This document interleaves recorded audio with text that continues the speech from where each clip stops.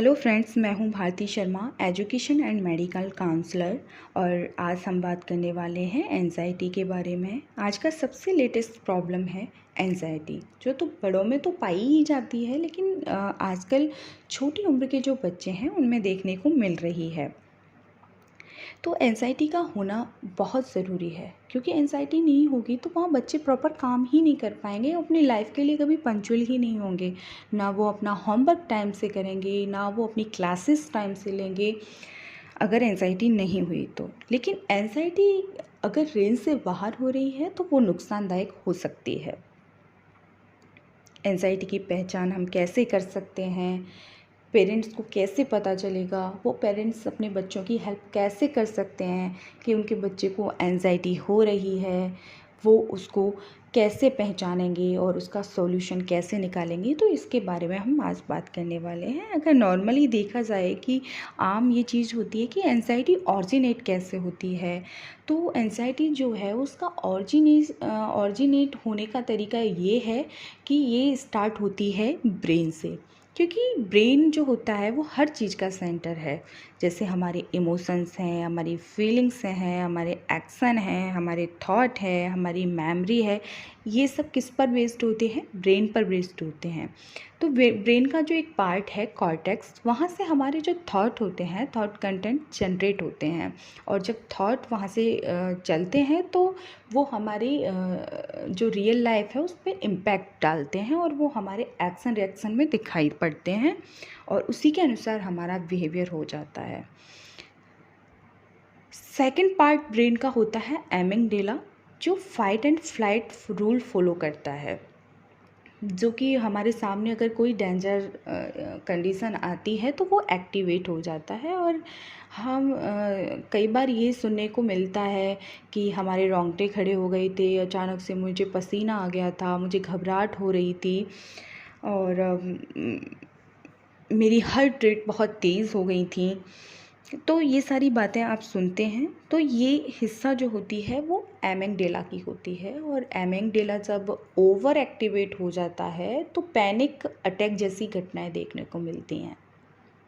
और panic attack जो होता है वो एंजाइटी का सीवियर लेवल होता है।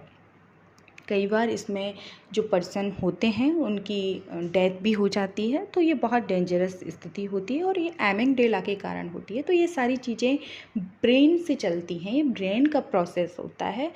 और अगर आपको जानना है कि हमारे बच्चे एंजाइटी का शिकार हो रहे हैं, तो माँ बाप के लिए ज़रूरी है कि वो कैसे उसको पहचान सकते हैं। तो आपके बच्चों में अगर ऐसी चीज़ें आपको देखने को मिलती हैं अचानक से, वैसे तो बच्चा नॉर्मल बिहेव कर रहा था, लेकिन अचानक से क्या हुआ कि वो किसी से बात नहीं कर रहा, स्कूल जाने के लिए बहाने बनाता है कि मेरा पेट दर्द है, मेरे सिर में दर्द हो रहा है, मुझे उल्टियाँ आ रही हैं, वो इस तरह की बातें कर रहा है, तो आपको उस पर ध्यान देकर जानना ज़रूरी है कि कहीं हमारा बच्चा एंजाइटी का शिकार तो नहीं हो रहा।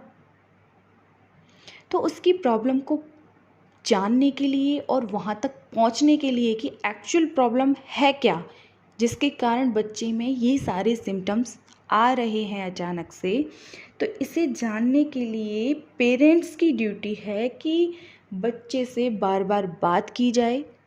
कई बार हो सकता है कि बच्चा उल्टा जवाब भी दे सकता है, तो आप पेशेंस बनाकर बच्चे से बात कर सकते हैं।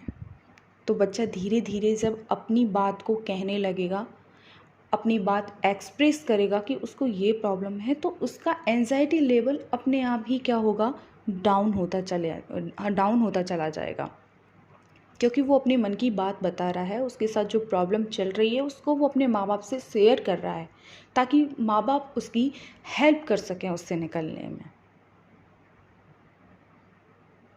क्योंकि कई बार क्या होता है, जब माँ बाप ध्यान नहीं देते हैं तो बच्चे में जो एंजाइटी है वो बढ़ती जाती है और वो सीवियर लेवल पर पहुँच जाती है, जो कि उसकी फ्यूचर के लिए बहुत ज़्यादा डेंजरस हो सकती है। अच्छा, माँ बाप ये कहते हैं कि चलो हमने पहचान लिया हमारा बच्चा एंजाइटी का शिकार हो रहा है, तो हम उसे कैसे बाहर निकाल सकते हैं उस चीज़ से। अगर बच्चे ने बताया कि मेरे स्कूल में ये प्रॉब्लम हुई थी, मेरे साथ ये हो रहा है और मैं स्कूल नहीं जाऊँगा, तो माँ बाप के लिए ज़रूरी है कि वो कोई ना कोई ऐसी टेक्निक अपनाएं जिससे बच्चा उस चीज़ से बाहर निकल सके। तो एक डिस्ट्रैक्ट टेक्निक भी हम यूज़ कर सकते हैं नॉर्मली, कि बच्चे को बाहर ले जा सकते हैं। जब आपने जान लिया कि बच्चे के साथ ये प्रॉब्लम हो रही है, तो आप बच्चे को बाहर ले जाएं, उसके दोस्तों से मिलाएं, उसको अगर आइसक्रीम पसंद है तो आइसक्रीम खिलाने के लिए ले जाएं। और जब बच्चा थोड़ा सा हैप्पी आपको दिख रहा है, नॉर्मल कंडीशन में आपको दिख रहा है, तो आप उससे अपने बचपन की बात शेयर कर सकती हैं। चाहे वो आपके साथ हुई है नहीं हुई है, आप भी कह सकती हैं मेरे साथ ऐसा हुआ था। तो बच्चे को क्या लगेगा कि ये नॉर्मल चीज़ है, ये हर किसी के साथ होती है। जब बच्चा स्कूल जाता है उसके साथ ये प्रॉब्लम होती ही हैं, तो ये उसका पॉजिटिव इम्पैक्ट बच्चे पर पड़ेगा। देखिए, हर बार आप डिस्ट्रैक्ट जो टेक्निक हैं उनको यूज़ नहीं कर सकते, क्योंकि जो एंजाइटी होती है वो हर पर्सनैलिटी के हिसाब से हर पर्सन में अलग अलग होती है। तो अगर ये टेक्निक काम नहीं कर रही है तो आपको साइकोलॉजिस्ट की हेल्प लेनी चाहिए, ताकि आपका बच्चा फ्यूचर के लिए सिक्योर हो जाए। वो अपनी पंचुअलिटी से काम करे, अपना प्रॉपर टाइम दे हर चीज़ के लिए और नॉर्मल बिहेव करे। नेक्स्ट वीडियो में बात करेंगे आगे की। फ़िलहाल के लिए इतना ही। और अगर आपको मेरी वीडियो पसंद आई है तो आप इसे लाइक करें, शेयर करें और मेरे चैनल को सब्सक्राइब करें। Thank you so much.